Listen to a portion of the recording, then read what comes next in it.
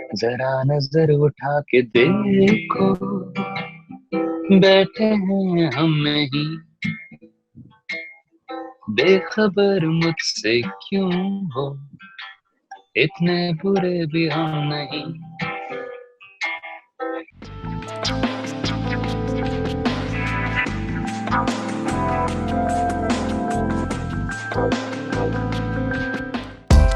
Press the bell icon on YouTube and don't miss another update. 100 days, I think. It's been 100 days we've been locked inside the house. How has it been for you? I lost count. I don't even know what year it is. But apart from that, are you an indoor person? How has this time been for you? You know, the uncertainty, the heaviness, sadness about things. This actually is fodder for artists, because you do end up. So I have written like a few songs. I've written a few poems, and it's I won't say it's helped me, but it's helped me vent out the frustration and the feeling. And that's what at least I do as an artist. Is I feel something intensely, I vent it out with words, and then I feel numb for a bit, and then you get affected by something else, and then you vent it out through your words and your expression. You write about love, you write about friendship, you write about heartbreaks. When you're penning down something or compose something, does it come from a personal space as well? Yeah, it does come from personal space, and it doesn't necessarily it's from that same time.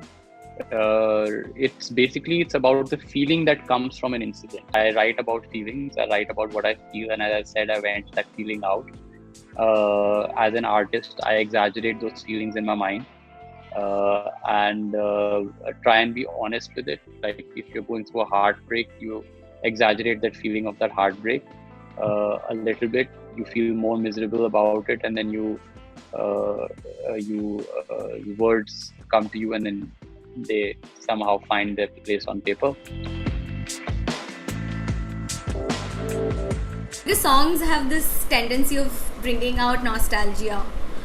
Do you remember any such moment where a fan or any group of fans, like, they reached out to you to express how happy they felt, how connected they felt, like it was made for them?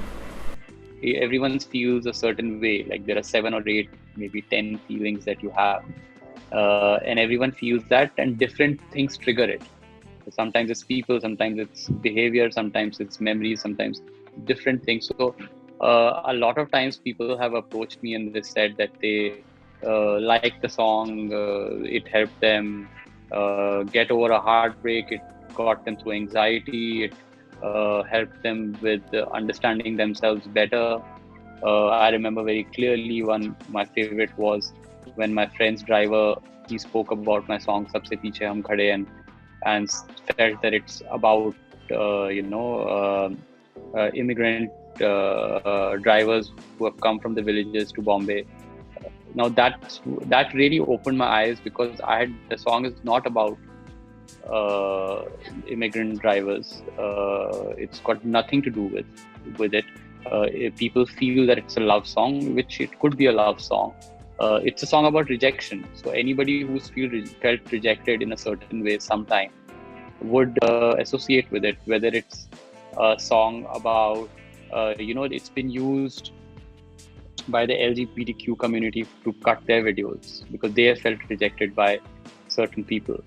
So a lot of people do meet with me and they say they've connected with it, even though I've not written it for the incident that they are relating to the song with. You were an outsider who wanted to make it big. I mean, coming from a place like Bhopal, what was the struggle for you like? And there have been so many discussions going on, but how many rejections did you finally face to have a music label for yourself? There have been times when it's not gone, like I've lost a round of gambling. It's like gambling for me. And there are times that I've hit the jackpot. And there have been more times that I've lost than I've won. I have this streak of rebellion in me where I've never uh, tried to fit the boxes that the world has tried to put you in. If like I've never seen myself as an outsider or insider or or the privileged, non-privileged. I've just seen myself as me, and my whole uh, kind of mantra is to be so irresistible that they can't deny you. So nobody can deny, or nobody, like, the best people in the world want to hear a good song. So write a song which is irresistible. One song that is the most requested whenever you perform live. सबसे पीछे हम खड़े. Still The managed. song that I wrote. Yeah, it's not left my set list in since '98. It has given me, like, validation over the years, which is probably every artist kind of needs a dose of that in their life to say, yeah, it's all right, you're not that bad, you're fine. Itne bure bhi hum nahi, as the song says. You really want to hear that from time to time, and that song has done that for me.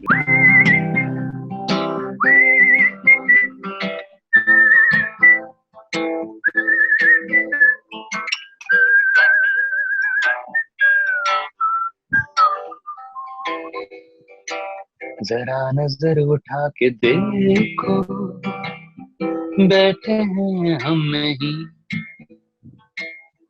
बेखबर मुझसे क्यों हो, इतने बुरे भी हम नहीं. तेरी आंखों का जादू पूरी दुनिया पे है, दुनिया की इस भीड़ में सबसे पीछे हम खड़े, सबसे पीछे हम खड़े, सबसे पीछे हम खड़े.